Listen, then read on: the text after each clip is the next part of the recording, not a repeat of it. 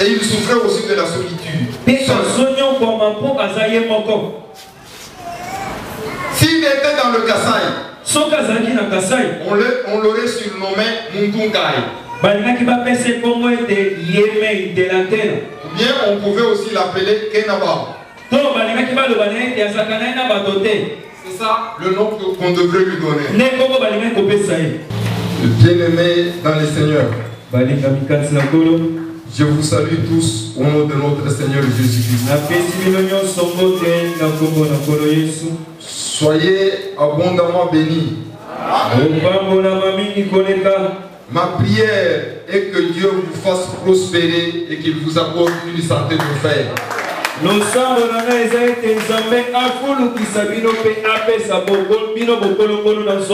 Sans tarder, nous passons à la lecture de la parole de Dieu. Nous sommes toujours dans le livre de Jean 5.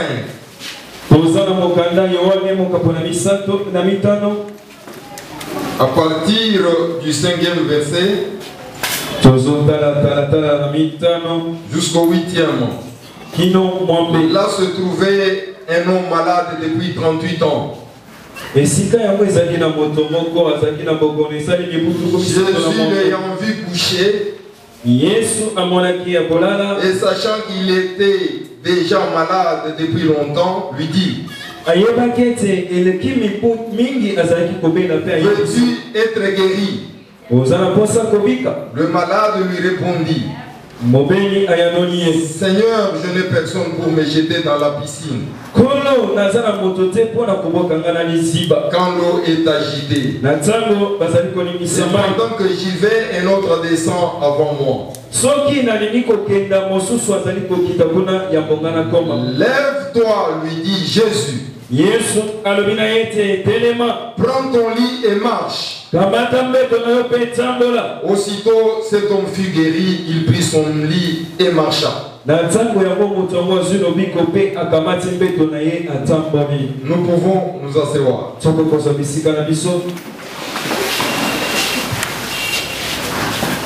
Bien-aimés dans les seigneurs, je vais vous donner un message très bref. Et je vais arrêter ma prédication à 19h30. Ce que je te demande, prête-moi tout simplement ton attention. Parce que Dieu a réservé quelque chose pour toi ce soir. Ici, on nous parle de quelqu'un qui a souffert pendant longtemps. 38 ans de maladie. Parfois, quand nous parlons de 38, ça sonne simplement 38. Et pour écrire 38, on écrit juste le chiffre 3 et le chiffre 8. Ça peut prendre quelques secondes seulement. Mais en réalité, 38 ans, c'est beaucoup de temps. Si je peux expliquer ce que signifie 38 ans, le mandat présidentiel prend 5 ans. Les 38 ans dont cet homme a souffert, c'est l'équivalent des 7 présidents qui se sont succédés en RDC. C'est comme nous avons maintenant le président Félix. Après son mandat, on fait les élections. Et notre président jusqu'à 7. Ce sont toujours malades. Le 8e président vient. Il fait 3 ans. C'est alors que ce malade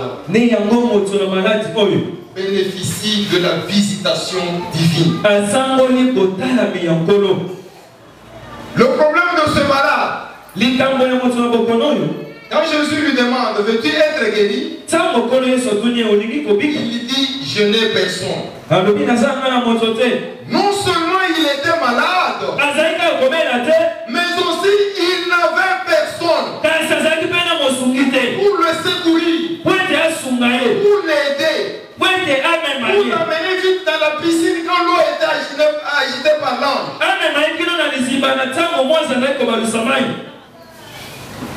Malade, et il souffrait aussi de la solitude. S'il était dans le Kassai, on l'aurait surnommé Muntunkai. Ou bien on pouvait aussi l'appeler Kenaba. C'est ça le nom qu'on devrait lui donner. En Lingala, je ne connais pas très bien le Lingala, peut-être qu'on pouvait l'appeler Yanimos. Parce qu'il était seul. Bon, les gens qui connaissent le Swahili, ils peuvent aussi lui donner un nom. Voilà, ce malade a souffert de sa maladie pendant longtemps et il était seul. Il n'avait personne.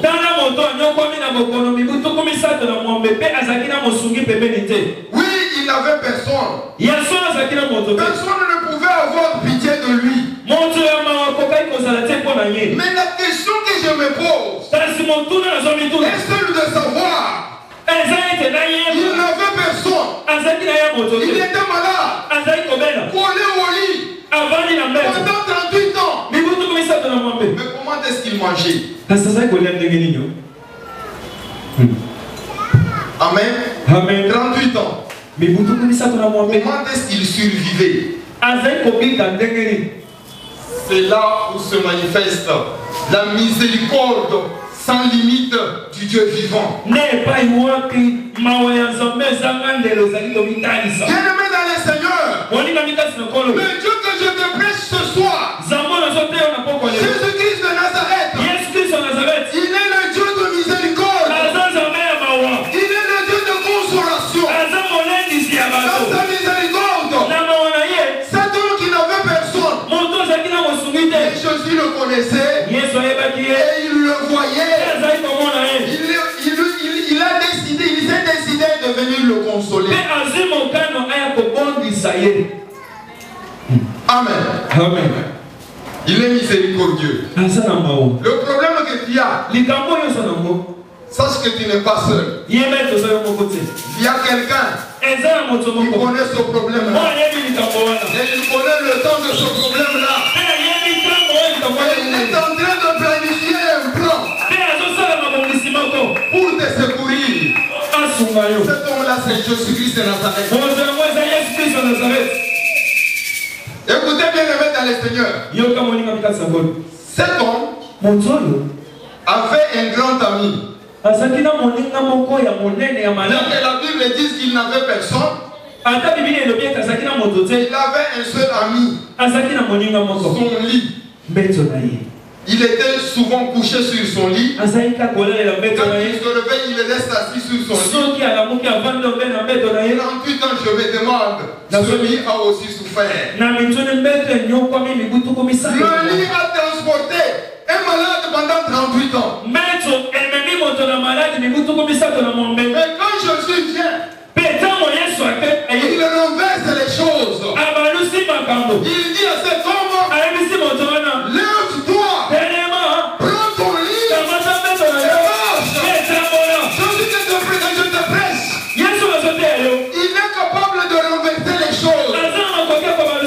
Le lit a porté son malade pendant 38 ans. Mais ce jour-là, le malade, il a porté son lit. Jésus peut changer ta situation. Jésus peut renverser les choses. C'est possible avec Jésus.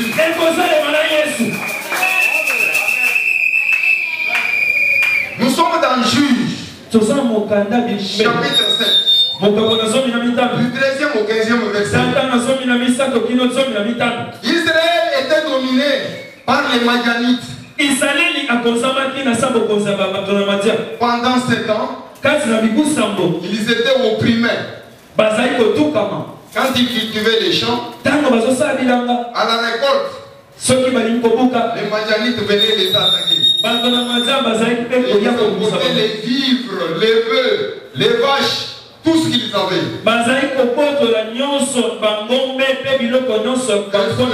a duré 7 ans. Le Dieu d'amour, le Dieu de miséricorde, il a pris la décision de venir visiter Israël par le canal de Gédéon. Dieu dit à Gédéon, tu vas te rendre dans le camp de l'ennemi. Quand tu arrives aux environs du camp, tu vas écouter ce qu'il raconte. Et ce qu'il raconte, ça va te donner du courage. Et ton courage va les battre. Je vais renverser les choses. Gédéon prend son serviteur, il se rend dans le camp de l'ennemi. Quel risque! Bien-aimé dans les seigneurs, quel que soit le risque, Dieu est à côté de toi. Dieu est au contrôle des choses. Gédéon arrive, il entend quelqu'un parler au sein de l'ennemi. Et mon frère, j'ai vu un songe aujourd'hui. J'ai vu un gâteau qui était en train de rouler. Le gâteau a roulé jusque dans le camp des Madianites, dans notre camp. Et le gâteau se était contre la tente. Et la tente se renversait, le sens dessus-dessous. Celui à qui il racontait le songe, je lui dis, un gâteau qui a renversé la tente de Madianites, ce n'est rien d'autre que l'épée de Gédéon. L'épée de Gédéon.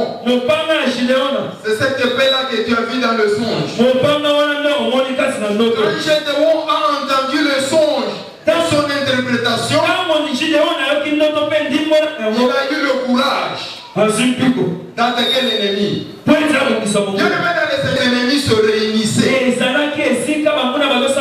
pour monter leur plan. Le plan d'attaque. Le plan de nuire à Israël. Et quand le gâteau a roulé, imaginez-vous le gâteau. Il apparaît léger. On peut le consommer facilement. Mais les effets que le gâteau a produits, il a renversé la tente de Madian. Écoutez bien, aimés dans les seigneurs. Je suis en train de vous parler du renversement des choses. Un jour, Jésus se rend dans le temple. Quand il arrive là-bas, il trouve des marchands, des gens qui vendaient et qui achetaient. Il trouve les changeurs de monnaie et les vendeurs de pigeons avec leur table et leur siège. Il aussi a fait, il a renversé les tables. Il a renversé les tables. Oui, Jésus a renversé les tables. 1 Corinthiens chapitre 3. À partir du 7e verset, la Bible déclare: ne savez-vous pas que vous êtes le temple de Dieu, que le Saint-Esprit habite en vous? Si quelqu'un détruit le temple de Dieu, Dieu le détruira aussi. Jésus-Christ, il a renversé les tables des vendeurs de pigeons et des changeurs de monnaie. Et il a dit ceci. Il est écrit que ma maison, la maison de Dieu, est une maison de prière. Mais vous en avez fait une caverne de voleurs. Écoutez bien, aimés dans le Seigneur. Ces vendeurs, Jésus les appelle une caverne de voleurs. C'est pour cela que Jésus a renversé leur table. Vous aussi, vous êtes le temple de Dieu. Les voleurs peuvent établir leur table en vous pour vous voler. Il y a des gens qui tombent malades périodiquement. Après chaque 6 mois ou à la fin de chaque année, il faut qu'ils tombent malades. Il y a des familles qui perdent des membres à la fin de chaque année. C'est comme dans mon quartier, il y a un voisin. Il y a eu 4 décès dans cette famille. Donc à la fin de chaque année, entre novembre et décembre, il y a quelqu'un qui meurt. La 4e ou la 5e personne est morte la semaine passée ici. Le problème c'est quoi? On a établi le temple de voleurs, disons la table des voleurs dans ce temple-là ou dans cette famille. Mais il faut que le pain, Jésus est le pain de vie. Mais pour Gédéon, c'était un gâteau qui roulait. Et qui a été la tente. Puis quand Jésus est entré dans le temple, il a renversé les tables. Je ne connais pas la table que le diable a installée dans votre corps. Le diable a beaucoup évolué. Dimanche passé, nous avons été voir une ancienne voisine à l'hôpital Mama Yemo. Nous avons trouvé cette maman-là, c'est une infirmière. Une infirmière policière. Qu'est-ce qui s'est passé? Il y a eu un conflit de poste au niveau de service. Un matin, elle se réveille. Elle se retrouve avec 12 chics. Sur tous les orteils de ses pieds. Elle appelle quelqu'un pour enlever ça. Et la maladie commence. La plaie s'aggrave. La jambe gonfle.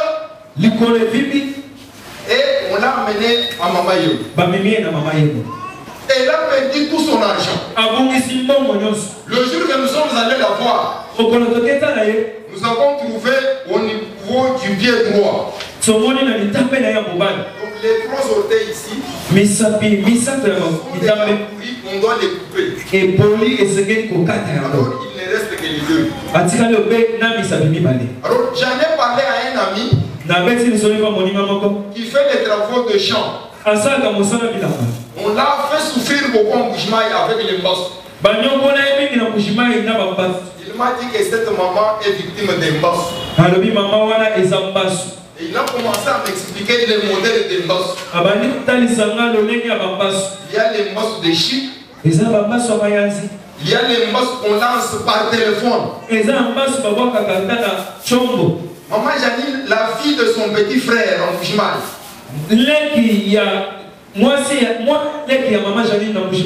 On a appelé son grand frère. Alors la fille a pris le téléphone de son grand frère. En répondant au téléphone, elle a attrapé le mbasses. Écoutez comment le diable opère. Bien aimé dans le Seigneur, la Bible déclare: ne te vante pas du lendemain. Car on ne sait pas ce que peut enfanter un jour. Hier ou avant-hier, La nuit, il a plu. On se réveille le matin. Une famille. Les enfants étaient en bonne santé. Pendant la pluie, le mur s'est écroulé et a tué 4 enfants. Ce sont des plans que le diable planifie dans les temples, dans votre corps. Le diable est méchant. Les sorciers sont méchants. Nous ne savons pas ce qu'ils sont en train de planifier contre votre mari, contre votre femme, contre vos enfants. Vous ne savez pas ce qu'ils programment contre votre travail. Vous ne savez pas ce qu'ils planifient contre vos activités. C'est une caverne de voleurs.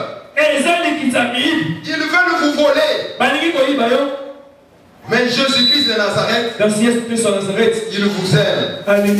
Il veut renverser ces tables-là. Ça peut être la table de la maladie. Il vous vole de l'argent. Chaque fois que vous tombez malade, c'est l'argent qui sort. C'est comme la femme dans la Bible qui souffrait de perte de sang. La Bible déclare qu'elle a dépensé tout son argent chez les médecins. La table de la maladie était installée dans son corps. Et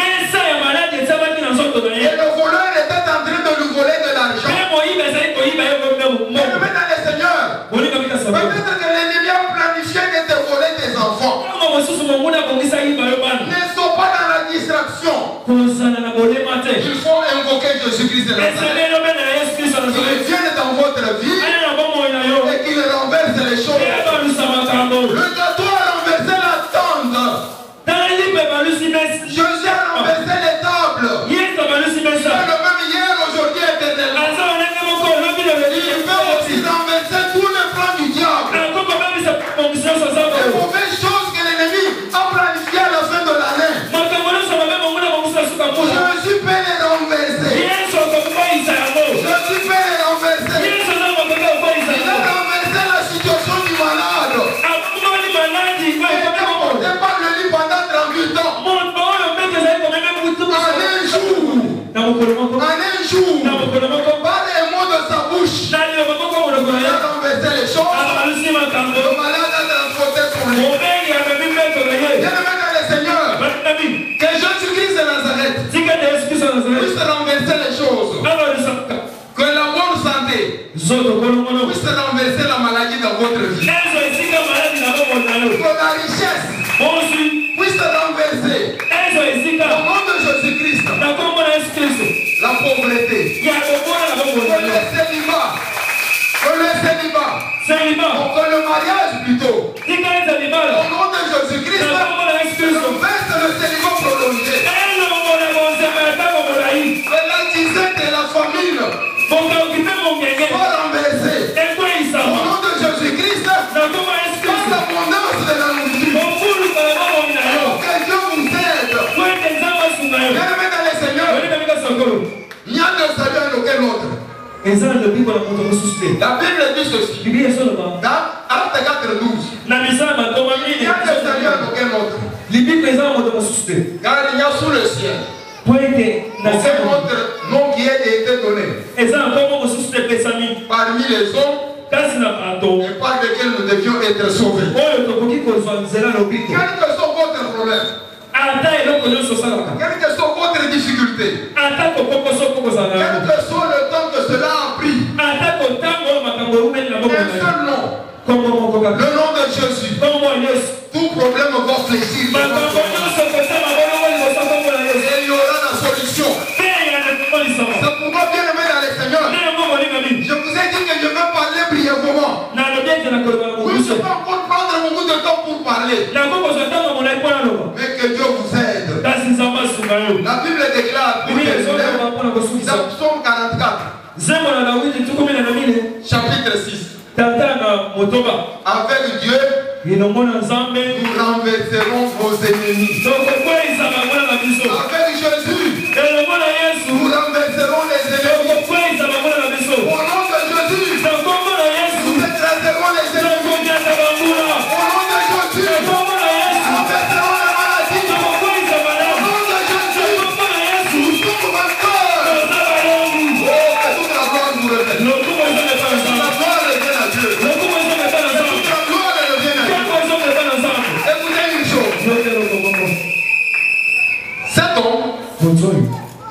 Après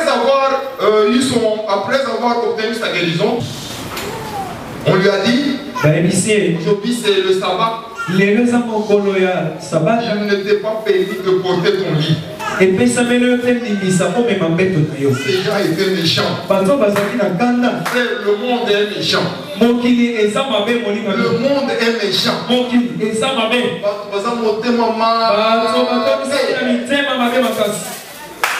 Il y a des gens qui, quand votre femme prépare, et ces gens-là pleurent dans leur cœur. Ils voudraient voir vos enfants dormir affamés. Ils souhaitent votre malheur. Ils ne se sont pas rappelés de 38 ans que cet homme a fait sur le lit. Quelle méchanceté! Il n'était pas permis de porter ton lit dimanche et le sabbat. 38 ans de souffrance. Pour lui c'était la joie. Mais pour les autres ce n'était pas la joie. Il a dit, moi je n'ai pas de problème. C'est celui qui m'a guéri, qui m'a dit, prends ton lit et marche. Maintenant ces gens lui demandent, et qui t'a dit cela? Le monsieur dit, je ne sais pas. Quelques jours après, il rencontre Jésus dans le temple. Jésus lui dit, ne pêche point.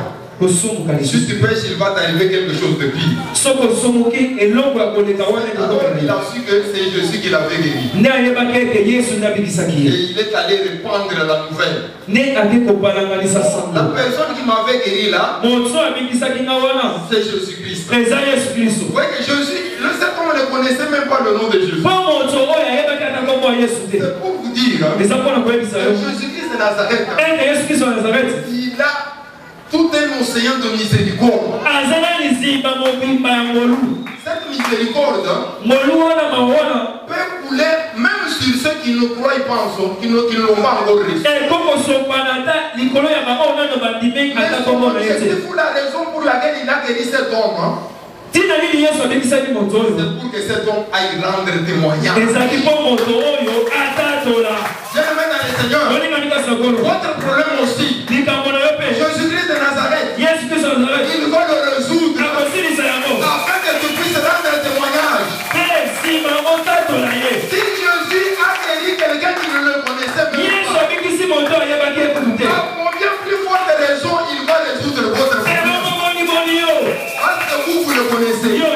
Parce que vous croyez en son nom. Parce que vous le louez. Parce que vous l'adorez. Parce que vous l'invoquez. Oui, Jésus vous aime. Il va faire quelque chose. Maintenant, nous allons prendre place aux intercesseurs. Nous allons prier même pendant 5 minutes. Vous allez inviter Jésus dans votre cas. Jésus-Christ de Nazareth. Il renverse la situation. Malade. Et il souffrait aussi de la solitude. S'il était dans le Kassai, on l'aurait surnommé Muntungai. Ou bien on pouvait aussi l'appeler Kenaba. C'est ça le nom qu'on devrait lui donner.